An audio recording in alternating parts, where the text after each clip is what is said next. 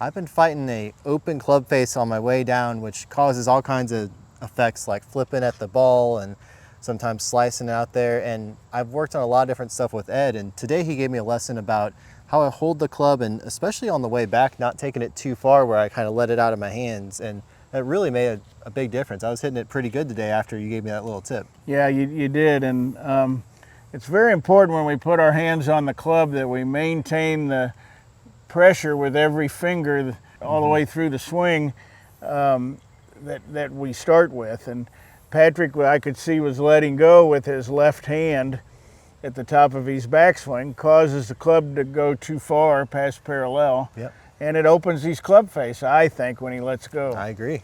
And so as you'll see, he hit a lot of great shots, and some of the things he felt like he was doing, he really wasn't doing. And Yeah. but I think you'll enjoy watching it. Me too.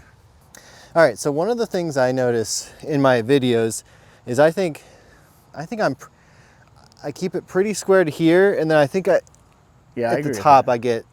But you need to have a better wrist angle like that This on is the where, way back. and one of the things I noticed when I watched myself, especially face on in videos, is it seems like most of the really good players I watch, like the pros and high level amateurs and stuff, they don't get the club back very far They here at all. don't. Theirs is more like I agree. a structure more like. I this. agree. And it's even becoming more common today. I mean, all you got to do is look at Tony Finau or John Rahm Yeah. and see how short their backswings are. It's actually, they're fully hinged, so they're making that L, okay? But they just don't have a very big arm swing. Yeah. And they're not over hinging like my. They're like, not. Because I think that's maybe one of the reasons that I tend to do that is because I can get. My brain knows I can get further. So do that again and hold that position for me. Yeah. All right, so is your left hand on the club? No, it's actually kind of fallen off. That's right, and that's Yeah. your problem. It's falling off. Yeah. When you go too far, that your fingers come off with that left hand, and then you can't maintain that angle. Yeah, that's interesting. Okay. Okay? Huh, okay. I told you I was observant. You are. So You got to. that looks pretty good. It does. So if you keep those fingers with that top hand on the club and don't let it come off, you're going to restrict how much you I can really hit. See, can't if go I much let go, I can go like this. Does that make sense? Yeah. Yes. And then I'm probably opening it when those hands come off of there. Yeah, and that's even driver. You just. Yeah, absolutely. So like that's about as high as I should really backswing there, because I just Yeah, can't. but you're turned 90 degrees. So you're even Yeah. past 90 there. I mean, Yeah. so you don't need to turn it anymore with your hips or your shoulders. And that'd be a great backswing for you from that, especially with irons and in that position. So hit some Yeah. and hit a couple for me, and make sure you keep, we put that tee in to keep that top hand together, but Yeah. I need you to feel like that left hand staying on the club with those fingers. Just see what happens. I'd like Yeah. to see if the club face any better.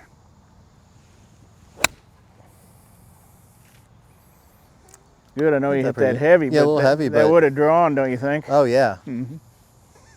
So do that again. Don't try to do anything special on the downswing. Yeah. Just keep your fingers on the club and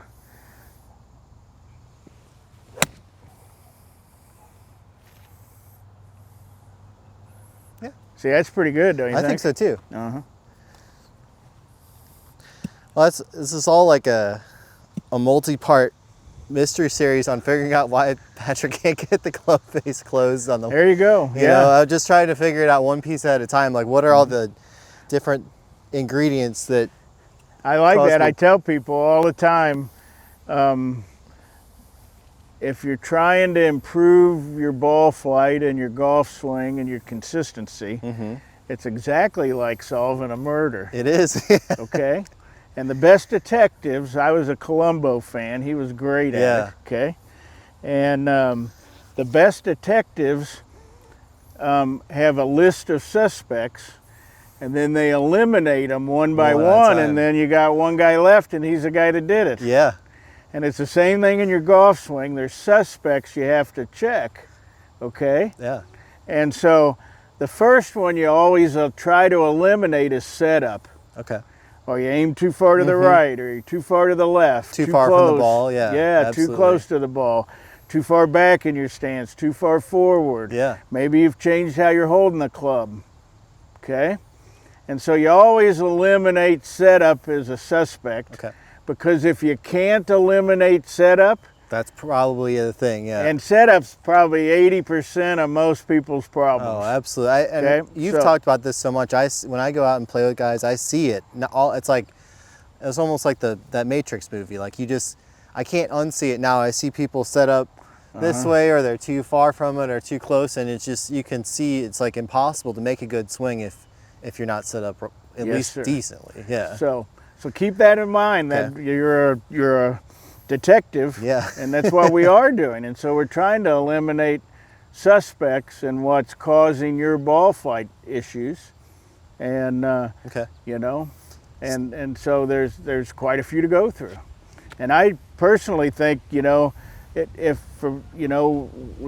we've talked today a lot in some other video, you know, about not re-gripping the club or keeping your hands on the club. You don't want to squeeze tighter to do that, but you really just want to make sure you stay connected firm on there, all the way through.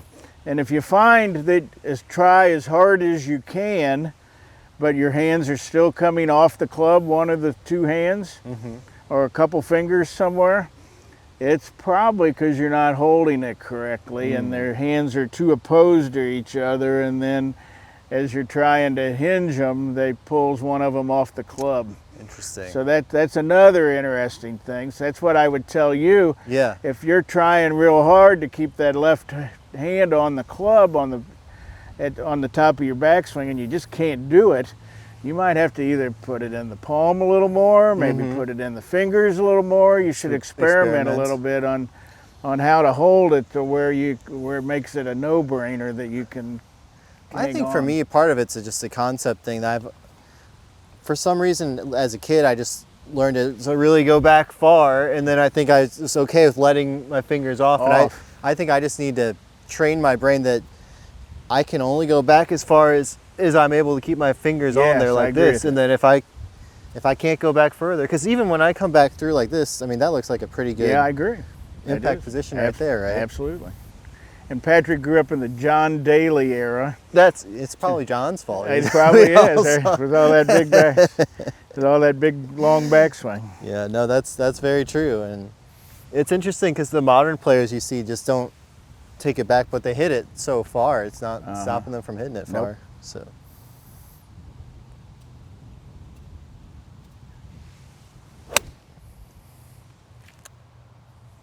Pretty good, huh? That's about the best I can hit it, I'd say. I know. Yeah, good. Absolutely. All right. Cool. Now, let me get my driver out because I want to see the same thing with the driver. All right. Okay.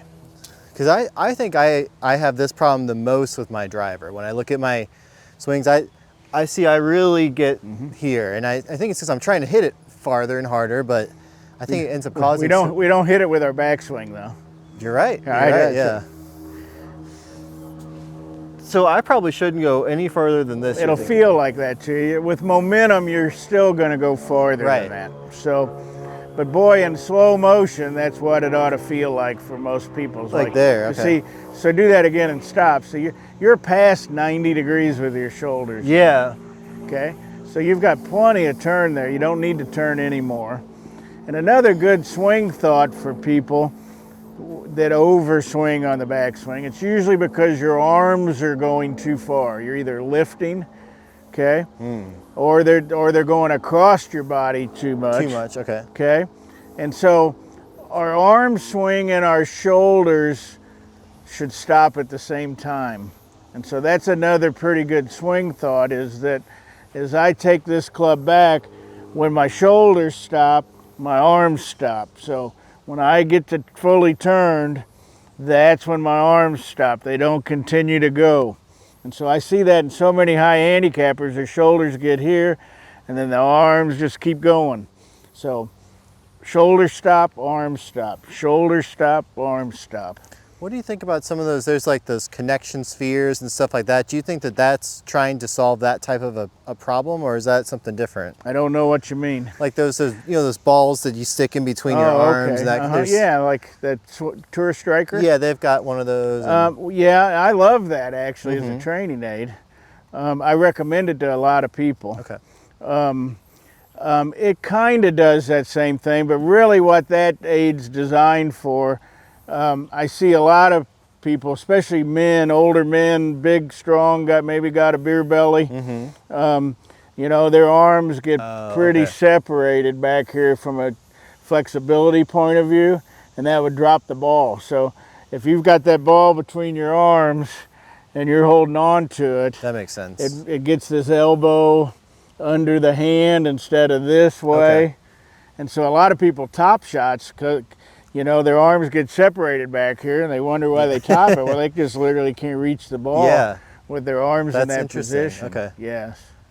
And so I'm a big fan of that tourist striker. Yeah. For people, if you've been on video and you can see your arms, you have this flying right elbow, everybody calls it, and you can see your arms are separated. Get a ball to Yeah, stick get in a between ball. there. Yeah. Okay. The tourist striker is nice because it's got a lanyard, so That's a nice when it falls out, you don't have to go chase it. So. Yeah. But so I think that's a really good training aid. So do you think do my arms get too far behind me, or is that? I don't think so. Okay. You know, it's interesting. I feel more of a healthy stretch on my backswing when I don't let my hands. Yeah, probably. Like I feel like I almost have more power that gets. Well, good. Let's see. Generated like that. All right. So just keep those fingers on the club. You could put it. You know how we put a T in the other way? Yeah, I just feel like you could put a T in. Yeah. In this hand here, and or a toothpick or a straw. You know, get a plastic straw and cut it down, put it there. Pretty good, huh? Oh, that's great. I know. I think we have a suspect in mind. Well, we might. I mean, these are some great. You didn't know I was a detective, did you? No, Detective Ed. Yep. That's Sherlock Ed. That's really interesting. That's a good feeling hit.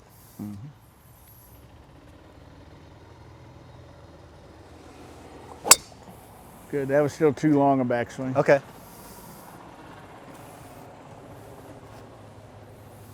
That's interesting because to me that felt like just a normal one. So that if that's too long, then that's good feedback. Yeah, you were past parallel. Okay, so I need to stop. Well, it'll feel like that. Right. You'll never stop there, but it'll feel like it. Yeah. That's that what's real and what's not thing, you know.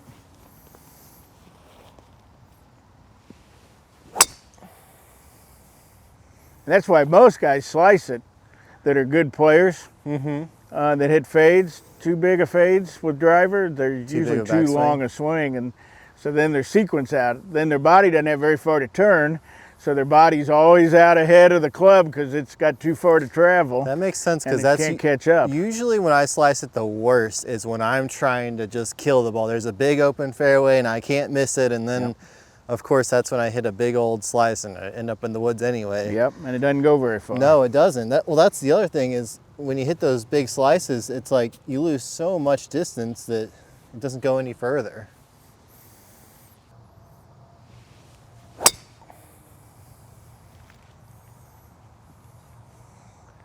I don't mind seeing that actually. Yeah, a little bit of a. It's hooked, but yeah, just a little bit. But that should tell you that trying to feel that feeling and keep those fingers on the club, you know, is helping not open that club face up. Oh, absolutely, yeah. Can you see that? Yep. So that's 2 hooks in a row. Yeah. It's still too long a backswing from what you're telling me you're trying to do. So I need to still stop. Yeah, it'll feel like it. So your arms stop when your shoulders stop. Yep. That was better. There we go. Yeah, good swing.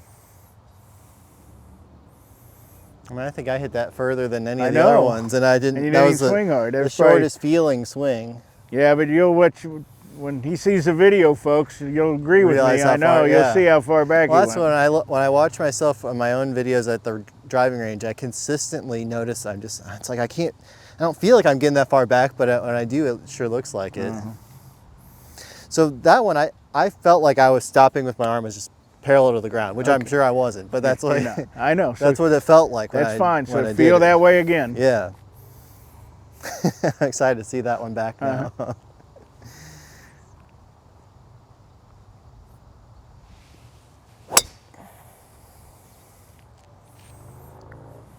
Isn't that easy? You'd never miss a fairway with that No, swing. I could hit that all day. Yeah. I know. Good job.